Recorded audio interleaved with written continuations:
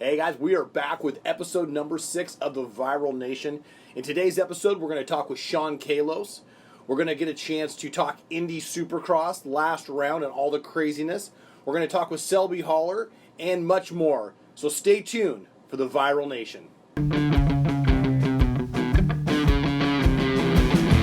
Wake up at 5 a.m. Gotta be at the track at 10. It's time to ride. All of this anticipation to ride in the Viral Nation.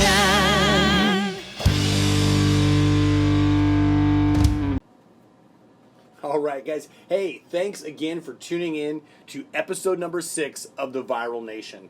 And before we get started, I kind of want to tell you guys thanks again. Every time we do this, I want to thank you guys because we keep growing in our numbers a little bit here and there. People are tuning in, they're writing in, they're texting us, they're sending stuff through Instagram and Facebook, and we truly appreciate it. But if you haven't had a chance, please take the time, subscribe right now to our channel. Hit the little bell icon. That way you can get notifications when the new podcasts or video podcasts come up.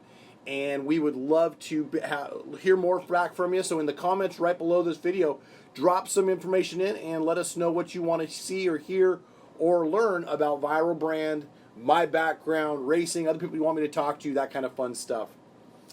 In today's opening remarks, I guess you want to call it, I want to talk a little bit about why we ride. Motocross is something that if you've done it for a little bit of time, it becomes addicting very, very quickly. And, I ride motorcycles personally because it's a great release for me. It's a great way for me to be able to do something that I just have loved since I was a little kid. I mean, I started riding when I was 7 years old. My dad and I used to trail ride all the time, and we used to... Up here where I live in the Northwest, my parents had a cabin, and we would go up and we'd ride the mountains. We'd ride maybe 3-4 times a year was kind of the average when I first started, and then maybe a few more times than that. But for the most part, that was pretty much my experience riding, was trail riding and riding in the woods. As I got a little bit older, I asked my dad to bring my motorcycle home, and I had a track right down the street from my house that was in the woods.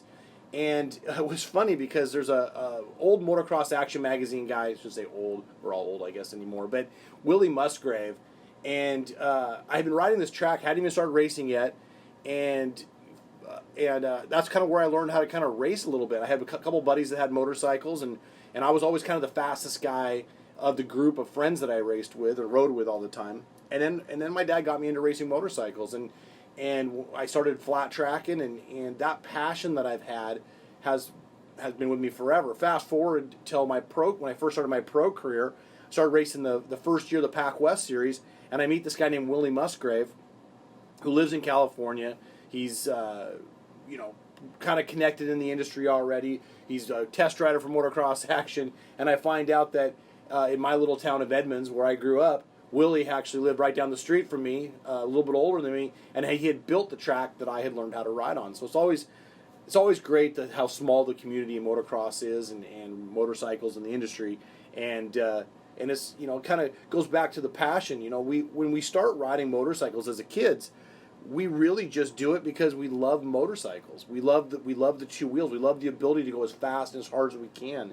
And what I really love the most about racing is no matter how fast you get, how much of a star you become, at the end of the day, you're still just a dude with a dirt bike playing in the dirt. And I went out last weekend with my buddy Bierek, who I have grown up racing motorcycles with. We met when we were, 13 years old, and we raced each other all the way up until we both turned pro, and we went out with his son last weekend and just had an absolute blast. We weren't racing, we just went out to the dunes, chase each other around, and man, riding motorcycles and racing motorcycles is why is something that I shouldn't say is why, but it's something that we do that just really brings us back to being kids, being free, and it just brings a smile to my face. So that's my opening statement on motocross and my deep thoughts on that. So coming up, we're going to pop into a quick commercial break here really quick, and then we're going to be back and we're going to talk Indy Supercross.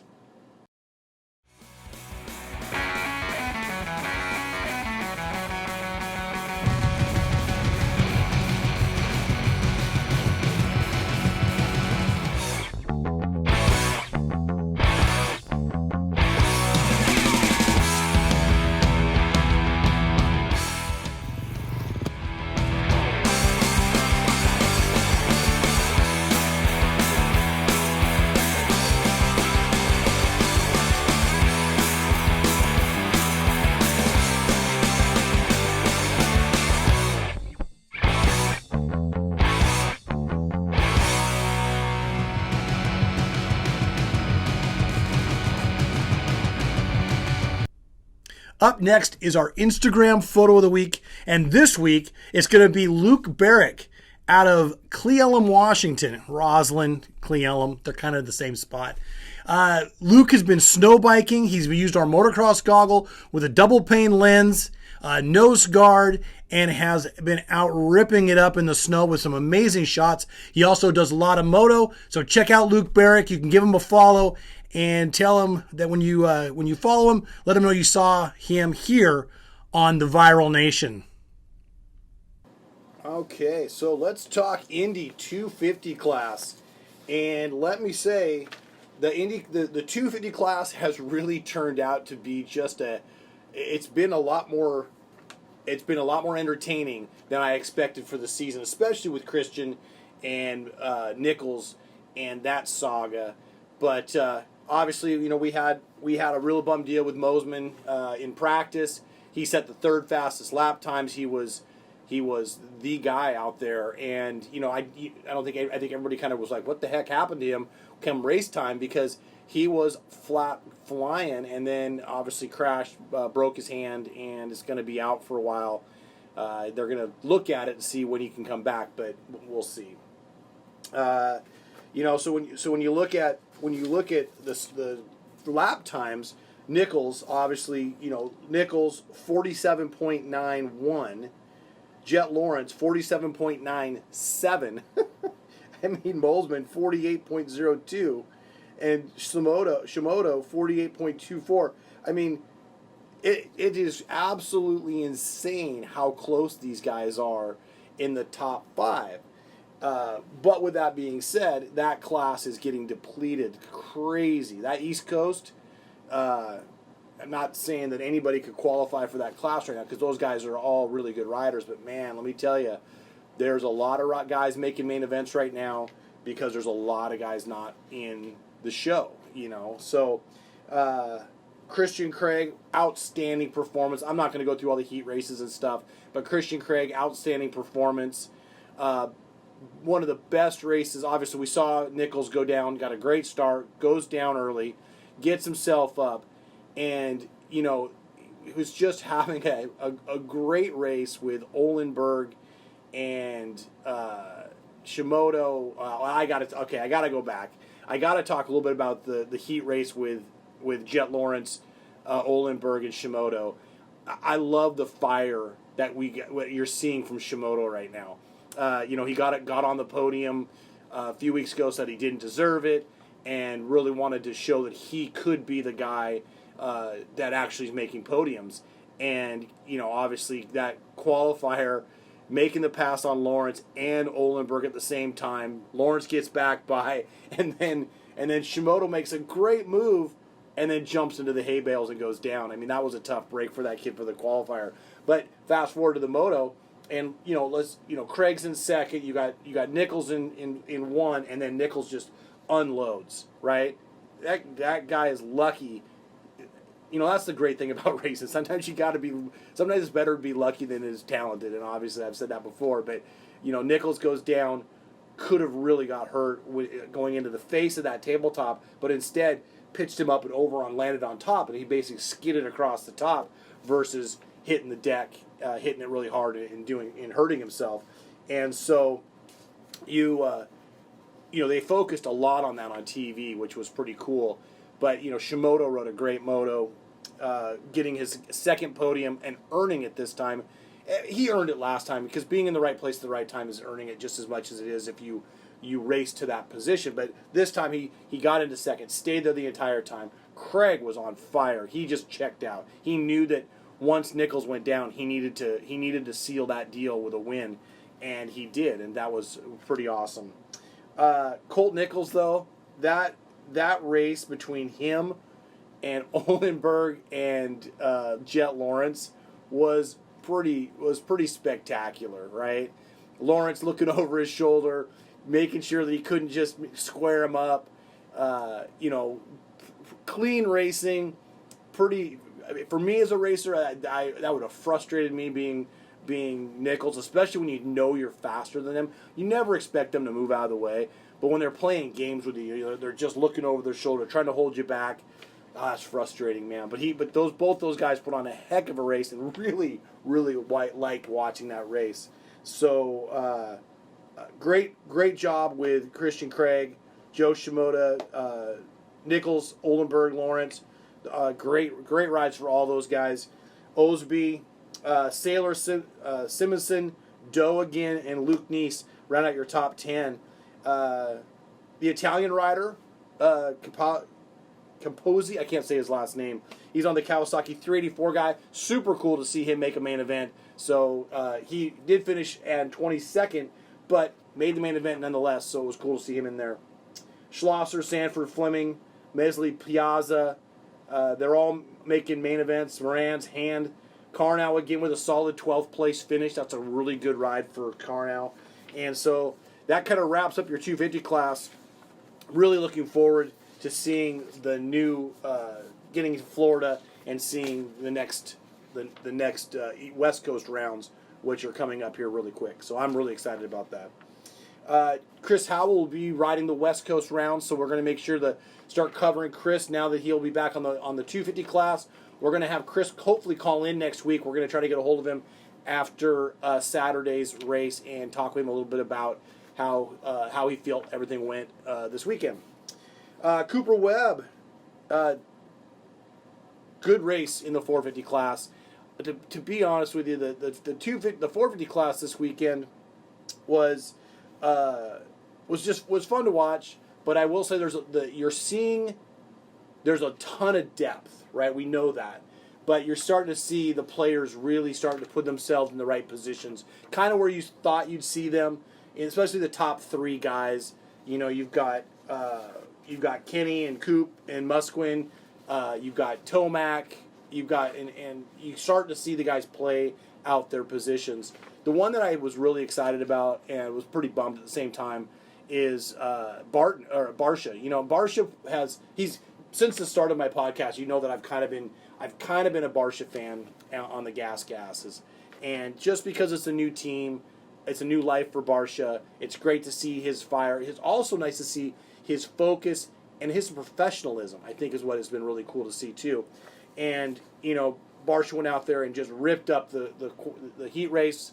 Obviously Musquin went down, but won the heat race, put himself in a great position, got a great start, was running. Was giving Kenny everything. He was right there on Kenny's back tire. And, Kenny, when you look at it on TV, a half a straightaway seems like a long ways. But, that's a bobble. That's a lapper getting in the way. And Barsha and those guys are back right by him. And if you watch the times, I was actually went and watched Supercross with my son after going riding on Saturday, and it was cool to sit down and watch it with him. And he and I were watching the lap times, and you'd watch Barsha catch Kenny, and then you'd watch Kenny pull out a little bit. Then you'd watch Barsha catch Kenny, and then he'd pull out. And he was like anywhere from like 1.5 seconds behind to 2.2, but he would kind of stay in that group, right? And especially at the end of the whoops, when Kenny had that inside line at the end of the whoops down pretty well, and then Barsha ended up starting to hit that really well, and you could see Barsha start to close back up. When they missed that inside rut, they'd lose about a half a second, and it was you could see it on the lap times. It was pretty interesting. Roxon rode amazing. I think he's the guy to watch. I actually read something on the line that said that right now anybody that's won 3 Supercrosses in the early stages typically goes on to win the Supercross championship, with the exception of, I don't remember who it was. It was Tomac with a mechanical issue one time, James Stewart because he ended up having a bunch of crash issues, and there was one other one, I forget, Villapoto, and it was an injury, it was a crash as well. Those are like the only 3 guys since the 1970s that have won the first 3 rounds, and then that gone on or had not gone on to win Supercross championships. So the chances of Kenny keeping this momentum up for the rest of the series is pretty high, and I'd love to see that. Be honest with you, I'd love to see Barsha still in the hunt. I'd like to see Tomac get back in the hunt. Tomac's pretty far down right now. He's like 24 points, I think. He's almost a full race out of the championship right now. And I didn't look at Barsha's points. Sorry, I'm not sure where Barsha's at after that disastrous finish to last week's race. Malcolm Stewart rode great. Adam Cicerillo, Tomac. Obviously, we know what happened to Tomac. So let's talk about that. Let's talk about Vince Freeze. You know, I've said before that I like Vince, right? And I do like Vince. And I've met him a few times. He's been nothing but gracious and nice to me. And we actually had him wear our goggles for a little bit. Couldn't quite put a deal together. But Vince, pretty good guy. But that guy needs to know where he's at on the racetrack, man. I'm sorry. I know that he's racing. I know he's getting lapped. I know he's in a battle. But you know what? Everybody on the track is in the same position that's getting lapped, and he really needs to start paying attention. He needs to move out of the way. I hate seeing races decided by takeouts or crashes because of a lapper. I mean, as I said, when I raced Supercross, you know, I had my fair share getting lapped from McGrath and those guys, but I will tell you that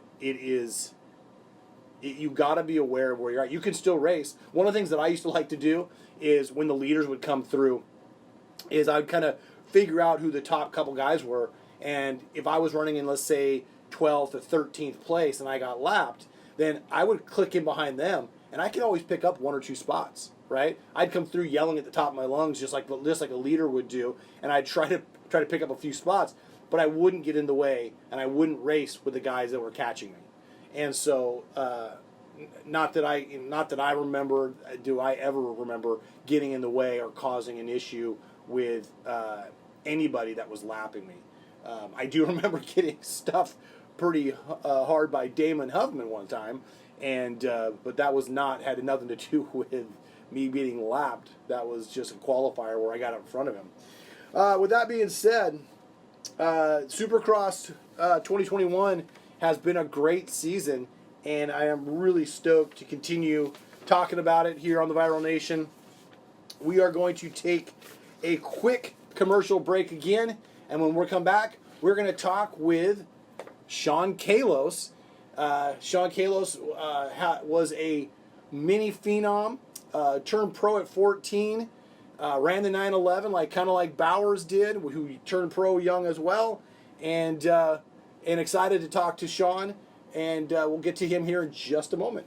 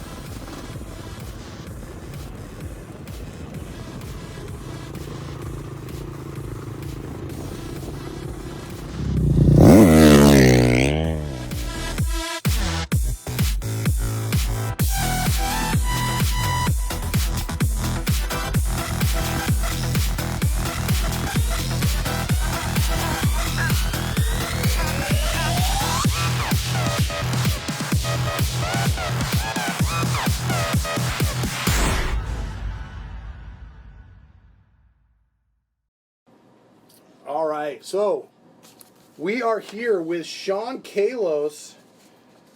Shaun, we tried this yesterday. It didn't work so well. How is it going today? Hey, we're clear and free right now. Sounds great. Good. So we tried to do a quick interview with Shaun yesterday, and we had a big audio issue yesterday, which I don't probably definitely was my fault, guaranteed. So Shaun, we wanted to have you on the show. Want to thank you for coming on again. Actually, doing it 2 days in a row, so that's awesome. Let's kind of jump back and go. Talk a little bit about how you got started racing. And I don't know if you know this. I have another guy, and I don't know if I told you, but Selby Hollar is a gentleman out of Analusa, I can't say it's Alabama. And I was talking to him yesterday, and he's the nephew of Mark Barnett. And so he grew up at the races, said he's met you a bunch of times when he was a little kid, back when he was racing with Mark and all that stuff. So tell us a little bit about how you got started in racing motocross. Well, I at 3 years old, I was given a little Indian 50 with training wheels. So I started early. And then when I was 5 years old, I got a Honda MR50 and started going to the races. And my grandpa took me, and my dad was around too, and he was there. He raced a little bit as well. But, I started right here in Arizona, where I'm from, on a Honda MR50 in 1976. Wow, 76. Because you're actually a couple years younger. You're not quite 50 yet, correct? No, I'll be 50 in a couple months. Wow, so you've had a really long career for being young. I mean, 47 years old, 48 years young, or whatever. You're still pretty young for racing since 76. So how old were you when you turned pro? I was at the end of my 13th year. I think I got a pro race or two when I was 13, but really I would say I was 14 when I started racing pro full time. It's so different today with the kids that say amateur forever. I don't know how you view that, but it seems to me that today kids race for 10 years before they even think about going to the intermediate class a lot of times. What was so different about when you got started versus today?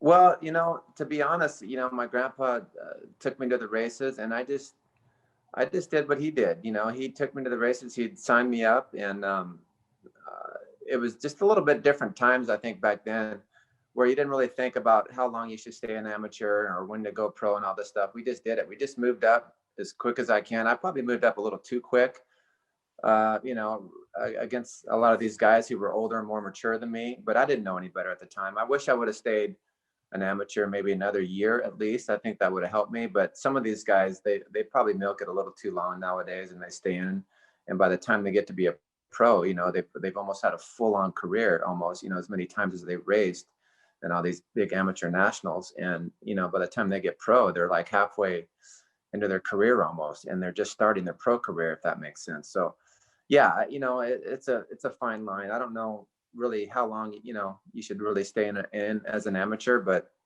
it's a decision that you and your parents and your sponsors, I think, have to communicate a little bit better on and find out what's best. Have you got a chance to watch another really young kid? Is that Jet Lawrence kid? Have you had a chance to watch him ride at all? Oh yeah. I love watching some of these young guys coming up. They come straight from the amateurs, and they make a pretty good transition into pros.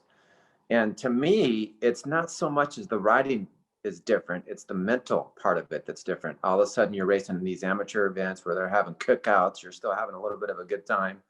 It's still very serious now in amateurs, but then you go to the pros where there's money involved, and it's a little more anticipation, a little more nervy, tracks a little more technical, and that changes things, I think, mentally for these guys. So if they can transition good into that mental aspect, I think they have a better chance of being successful right off. Yeah, it is. I think that little bit of maturity, for me personally, even though I had my best results when I was younger, I think I was a much better rider when I got older. I was a lot smarter, and I honestly think I was faster. I think maturity does help that. I think you see a lot of that in Bam Bam right now. You're actually seeing a lot of maturity from him. Yeah, maybe, the Bam Bam itself is still there, but yeah, hey, you got to have your own personality out there. That's not my type of riding style, but it's fun to watch, and it works for him. So you can't, bag on the guy too much for how he rides. It's super aggressive, but I just know, like in my day, if somebody rode like that with me, you know, my grandpa would say, you know, you don't let him do that, and you take him out before he even gets a chance to take you out, type of thing. A little more of a defensive attitude, but he, you know, he wouldn't allow anybody to ride that way toward me without letting me know, that ain't gonna work, you know, type thing. So, Yeah. but it's kind of the style that, you know, people do. They run up on the inside like they're gonna T-bone you, and then they try to carve in and turn so they don't hit you quite as hard, and call it a, you know, just an aggressive pass. Well, you know, it's scarier to the rider that, you know, that's receiving that. When you see a bike coming towards you, you know, in a T-bone fashion, you know, it's sketchy, you know, and, but these guys turn it in at the last second for the most part and bang you a little bit. And, you know, that's just the style of racing now. And we did it a little bit, I think, back in the day, but there might be some, you know, some issues after the race, you know, whereas now I don't think it's just kind of normal. Did you ever have a chance to race with Jimmy Anderson at all? Jimmy Anderson sounds familiar, but no, I don't believe I did. Okay, so Jimmy was up in the Northwest. He finished sixth overall in the 125 Nationals in like '83, and so I guess he would have been a little bit. So he was old. He was the older when I was moving up, but he was known as being a very aggressive rider, and he would drive right through the center of you. And I had a very similar conversation with my dad about not letting him do that to me. And I was always more scared of my dad than I was of any other rider that I raced with. Well, I'm with you on that. That's for sure. No doubt about it. In all of your racing and all the success you've had, what is one race that really stands out in your mind, of a race that you just really thought was either your best race or just a really cool event that you went to? Well, you know, man, I could just probably talk for a long time about that. I don't have one super specific race. I mean, I've had so many neat races and motos and things like that where, you know, the exhilaration of winning in front of people and having them cheer for you and that type of thing, that feeling never gets old. It makes you feel like a superstar. But, you know, I mean, I've had a lot of amateur national championships. I've had some success in the pros. I've had some success in Europe too. And being in Europe was really neat for me because I tend to do well over there. Maybe there's less pressure. Maybe sometimes my grandpa wasn't there over my shoulder looking at me. But, you know, when they bring Americans over there, they make you feel like a superstar. And it kind of elevated my game, and I felt good and I felt fast there. And you know, I had a lot of wins in Europe and Supercrosses and some outdoor stuff. So, you know, there's so many: the World Mini, the Florida Winter Olympics, Loretta Lynn's, you know, and pros. You know, I've had some good Supercross races, some great outdoor races. It's so fun, Scott, to be at a national event, a worldwide event, FIM World Championship event, whatever. Because I've done some of that.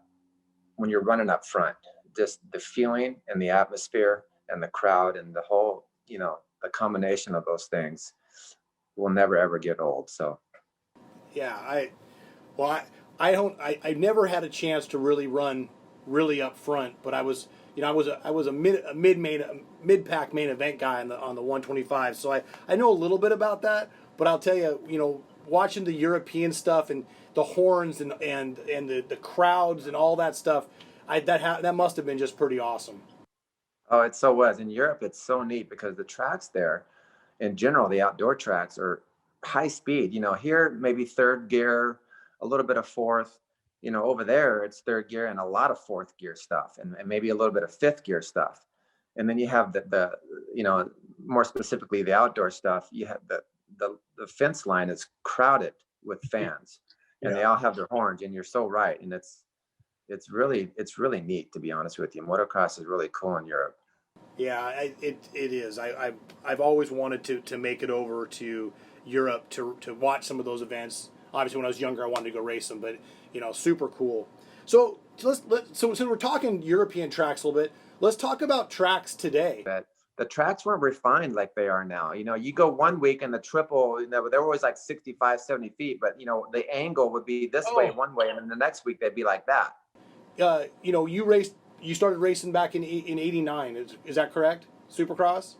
No, Supercross. My first year in Supercross was in after my birthday, after I turned 16, and I believe it was in Tampa, and that was in '87. Oh, 87. Okay. Yeah, so that's when I started racing Supercross, and I tell people it's funny, my first real Supercross experience on a real Supercross track was my actual first Supercross. I mean, of course, I raced amateur stuff, but the tracks were always toned down and stuff like that. So, Right. I got to Tampa, I was in my bus, and I was there. I had Yamaha support, and what an experience the first time on a real track like that against basically, the heroes you've been reading about for the last 10 years in the magazines, and you're lining up with them, and there's a big triple jump and all that kind of stuff, and it's crazy. Yeah, so 87, you signed a Yamaha deal for 87 then? Yeah, I did. I had a Yamaha support for 87 and 88, and then it was a factory contract in 89.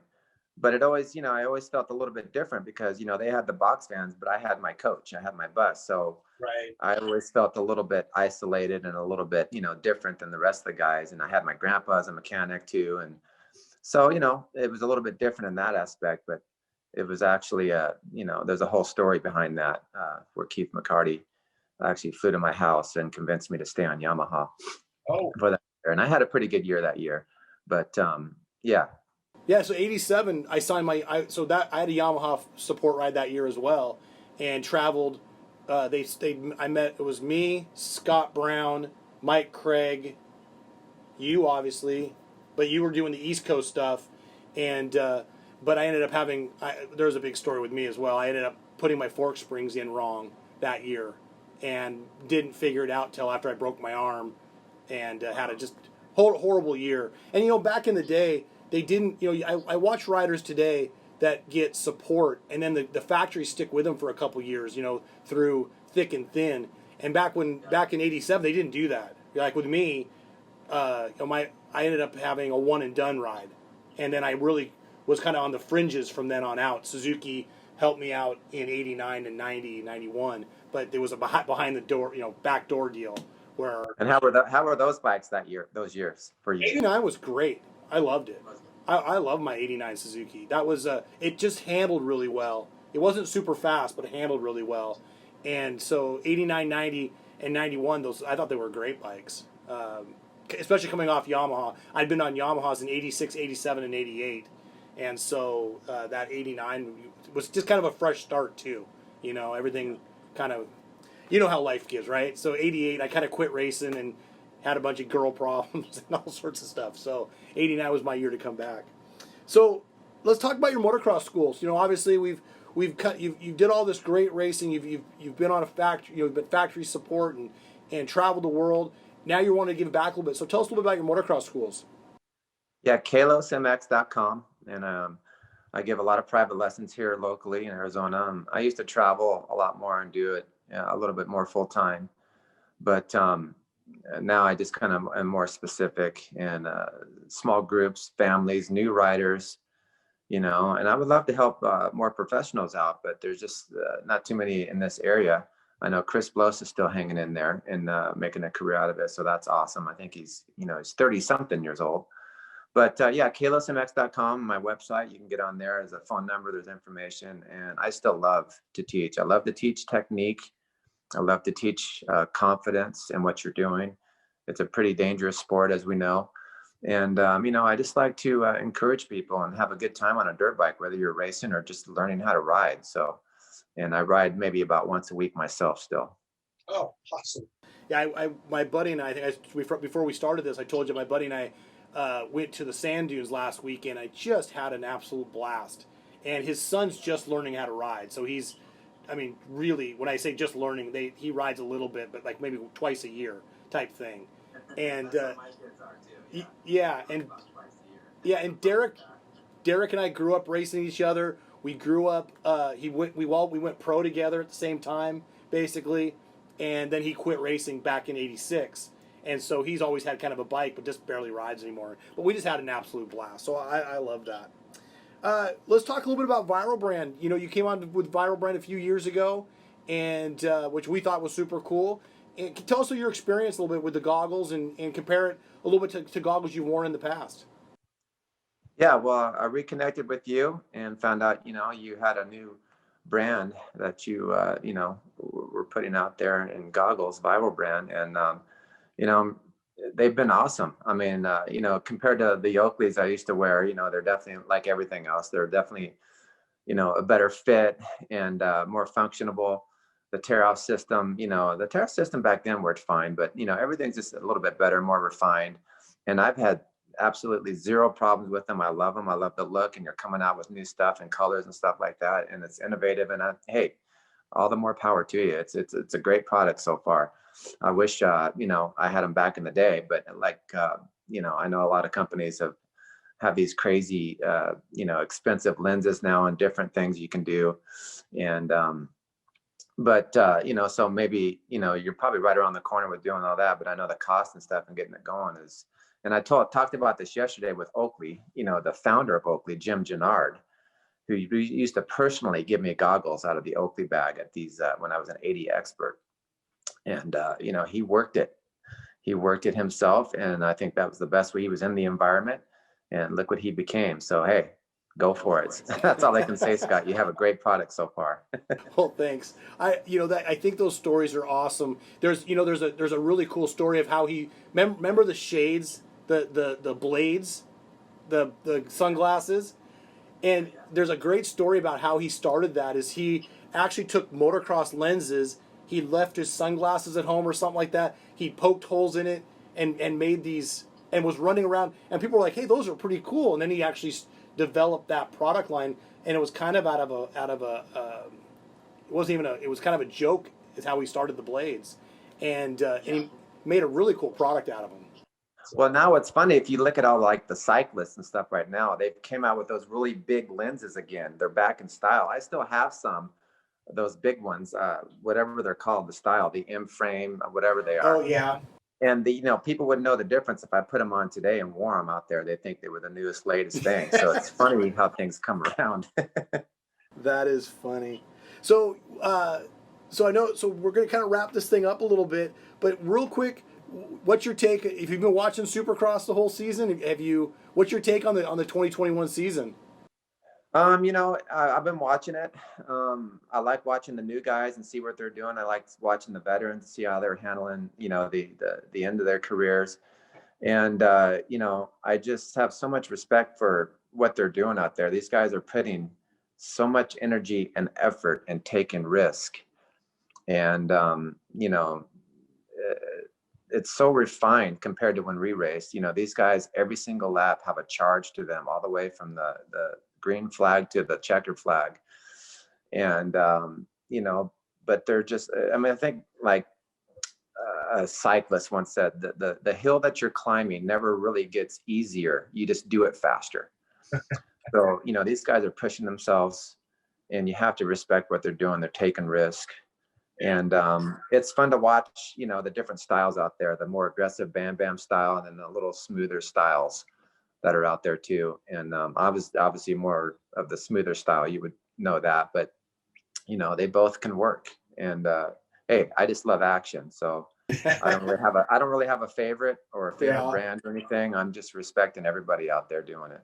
Yeah, I've been pulling for Bam Bam this year just for the fact I liked his change. And whenever you have a career change, where you change brands or you kind of reinvent yourself, it's been kind of fun to watch him. I think Roxon is really kind of set the tone for the rest of the season. He's been pretty lights out, especially last weekend. It'll be interesting to see what happens when they move out to Florida and the next few rounds. So, if somebody wants to get in touch with you to do a motocross school, how can they find you? Yeah, kalosmx.com. That's my website. That has everything on there. That has some old videos and pics and my number. And you can call anytime if you're in this area and you want some help. I'd love to do it. And so, I'm pretty open to that. I'm doing some other stuff too. I'm remodeling some homes and stuff like that, and just kind of working anything I can to stay busy. Like I said, I'm almost 50 now, and I don't feel that way, but I'm going to stay active as long as I can. So, but I still love to teach. I'll teach as long and ride as long as I possibly can. And I have a vast experience and knowledge, still left inside here. And, so come see me for sure. Awesome. Well, hey, Shaun, I really appreciate you taking the time today with us, especially since we did this twice. So, so thanks a lot, man. And if anybody wants to get in touch with him, we're going to put a link in the bottom of our profile here where you can find Shaun, get a hold of him. He would be well worth the money, guaranteed. So thanks again. Have a great one, Shaun. Thank you, Scott. Hey, Shaun, thanks again for coming on the show with us today. Really appreciate it. It's awesome talking to you, man. Always have been a icon in this sport, and you have been a guy that has risen to the top of everything that you do. So thanks again for being part of Viral Brands and also being part of the podcast and Viral Nation today. Don't forget, free shipping on any purchase over $100 at shop.theviralbrand.com. Okay, so we are going to talk about installing your roll-off system into your goggles. So first, let's get our roll-off system. Roll-off system comes with your roll-offs. There's two canisters on here. You have your mud guard, and you have your little Viral Brand sticker. So the first thing we're going to do is we're going to pull off the back paper covering that protects the lens, and the front blue paper as well. We're going to get rid of those. We're going to grab our goggle, and we're going to insert the lens just like we would any other lens that we are putting in our goggles. So we're going to start on the right or left side, depending on your preference. We're going to make sure we get it into that track in the top there, and we're going to get into that bottom corner. You're going to make sure this nose piece right here is going to be, there's a lip on the back side. So I always just kind of pull the lip back a little bit, and then I squeeze those two together, and I make sure that it's completely in there correctly. Once you've done this, you're going to want to then unclick your canisters on both sides. You're going to remove your roll-off film. And on the roll-off film, it says this end up. So make sure when you put it back in here that you do it correctly. So you're going to then undo. All right. There's your film. You're now going to set this film into your canister, and then I replace the left side right off the bat. I make sure I click that in there. You can hear that there's a detent right there, so click that in there so you hear the click. Then you have your little pin, and on your pin you're going to see there's a little slice at the bottom. That slice goes into the bottom, into the ratcheting position. We're now going to take this. We're going to wrap the sticky part, is how I do it, and I've done this for a long time, so this is how I do it. I take the sticky part, I line up the film, and then I take the sticky part and I stick it back around so that I know that it's not going to spin in there. You need to do that because you want it to be able to grip this and be able to pull it through.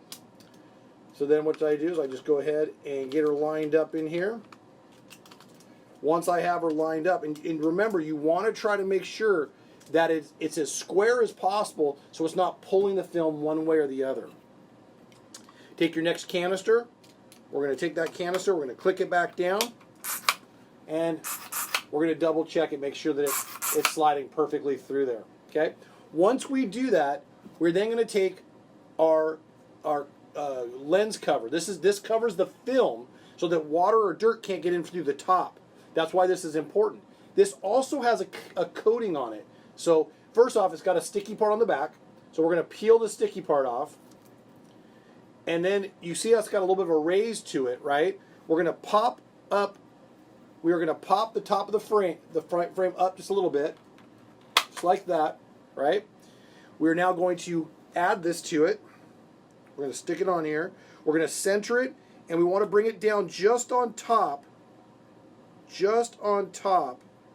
of the film itself. All right. Once you get that done, we're gonna push that down, make sure it's sealed perfectly. All right.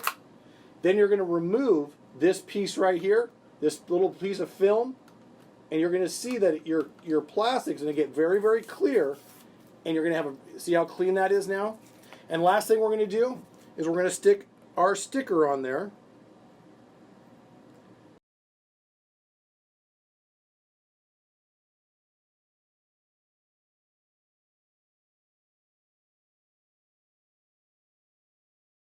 And there you go. That's your final roll-off goggle from Viral Brand. So we have those online and available. Go ahead and check out shop.theviralbrand.com or talk to a dealer near you. Thank you. Coming up next, we got Selby Hollar. He will be the quick hit of the week. Selby is from Alabama and races for Team Sockeye. All right, this is the Viral Nation's quick hit with Selby Hollar.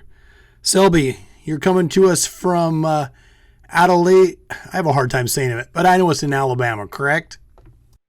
That's right, all the way from Andalusia, Alabama. That's right, Andalusia, Alabama.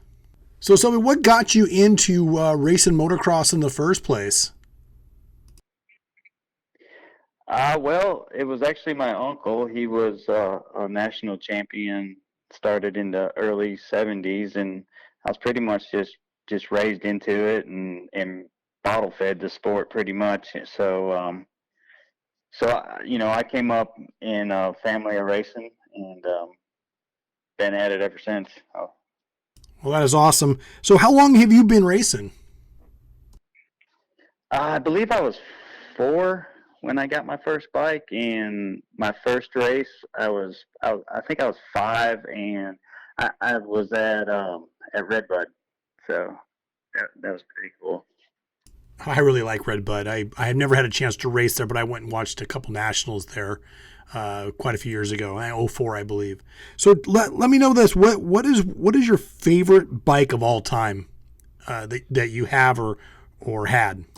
Well, as a kid, of course, your favorite bike's probably your first bike you ever get, because, you just dream of that bike on a pretty regular basis. But the new modern bikes are really they're really good bikes. So, I'm probably going to have to say with all the bikes I've had through the years that the newest bike is the best. I'm going to go with the KTM 350. I totally agree with you. My favorite bike was my 1985 KX 125, but my 2021 450, way better. Right. With the new modern bikes, I mean, the suspension and the motors, and of course, being a bigger guy, I like that extra power as well. Yeah, you just can't beat them. So who is your favorite rider of all time? National, international? Who would that be for you?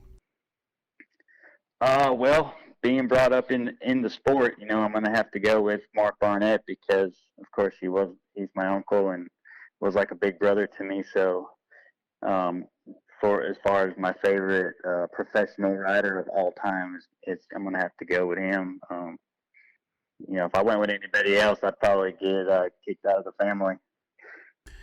You probably would be disowned from the family for not calling him your favorite rider. He was a legend and just an amazing talent, and had a chance to, we're just talking about him just the other day with a battle with him and Johnny O'Mara back in, I believe it was 84, and O'Mara just center punched the heck out of him in this race. It was pretty awesome. Definitely some classic battles back in the day, that is for sure. Those guys definitely got at it. Oh yeah, it was on. So since we know who your favorite rider, who was your favorite local rider when you were growing up, or even today? Well, favorite local pro rider is going to be Heath Harris. He doesn't live too far from us, and I travel to his home and ride his track time to time. So he's probably one of the only ones in the area to make it that far. Yeah, I got a chance to know Heath a little bit. He's a good guy. So what is the highest level that you've ever competed at? I do Lorettos. Of course, I'm 46, so that's probably the highest for a 46-year-old. So we do Lorettos, and growing up we did Lorettos, and then of course the finances of the sport and everything, the big dreams go away and you start working and all that. But at 46, Lorettos and the World Vet Nationals is I got third in 17 was, yeah. So just keeping it real. So now, are you planning on heading back to Loretta's again this year for 2021? Yeah, we're gonna go back in 21 this year. Last year we pulled a 10th, and they changed up some of the classes for 21. But we're gonna go back and give it a shot again and see where we fit in. It's been last year in 20 was 30 years since I've been, so it was kind of like a learning experience again. So how did you do at Loretta's last year? I got 10th. I got 10th overall. Yep. So, um, So did you have professional points then? I did not. I didn't race any professionally. I was close, so close, but just life events hit, and sometimes you just have to give it up. But I came back to it, and we're having fun. So you rode the 40 and 45 last year. Yeah, I rode 40 and 45. Man, I'm telling you, that is a fast class with some very fast riders and deep. Oh man, it's unreal. It's unreal. I mean, if you just make it to that event, you've done something. So you've been with us for quite a while, almost from the beginning now. How long have you been with the Viral brand goggles? Yeah. I've been with you 3-4 years. Yeah, we started off with a rider support program that you offered, and which was really good for amateurs. A lot of feedback and working with each other and figuring it out. And y'all have come a long way with making changes and bettering your goggles. So. What other goggles have you worn? Well, it was just kind of on and off, but I had 100% before I went to Viral. And when I made the change, I was like, wow, these things are nice. So what were your thoughts the first time you ever put them on? I mean, their fit and the feel and all that stuff. What did you actually think of the goggle? Well, I can remember the first time I put them on in the first ride. It was 110 degrees in the middle of Alabama. And, the sweat is a big deal, of course. But I remember trying the goggles on and riding a moto, and I was like, wow, I can see. Like, the sweat is not burning my eyes. So that was one of the big things for me, was just the sweat bands were really well. And as far as the fitment, I didn't get the little dirt bouncing around in the goggle, that kind of thing. So, it all worked out well. So leading up to Loretta's this year, what other races do you have planned for the upcoming year? We've got a few little races on the radar. We're gonna go down to Gatorback and hit the last round of the Winter Series in 2 weeks, and then it's just all Loretta's prep. You plan on doing Daytona this year or watching? No, we're gonna skip that one this year. We've got some stuff coming up, so we can't make that one. But we'll definitely be ready for Loretta's. So I know you're sponsored by Team Sakaya. Tell us a little bit about Team Sakaya and what they've got going on. We've been excited to be a sponsor of theirs for the last couple of years. Yeah, Team Sakaya is a 75 rider team. It's actually the biggest amateur team in the States.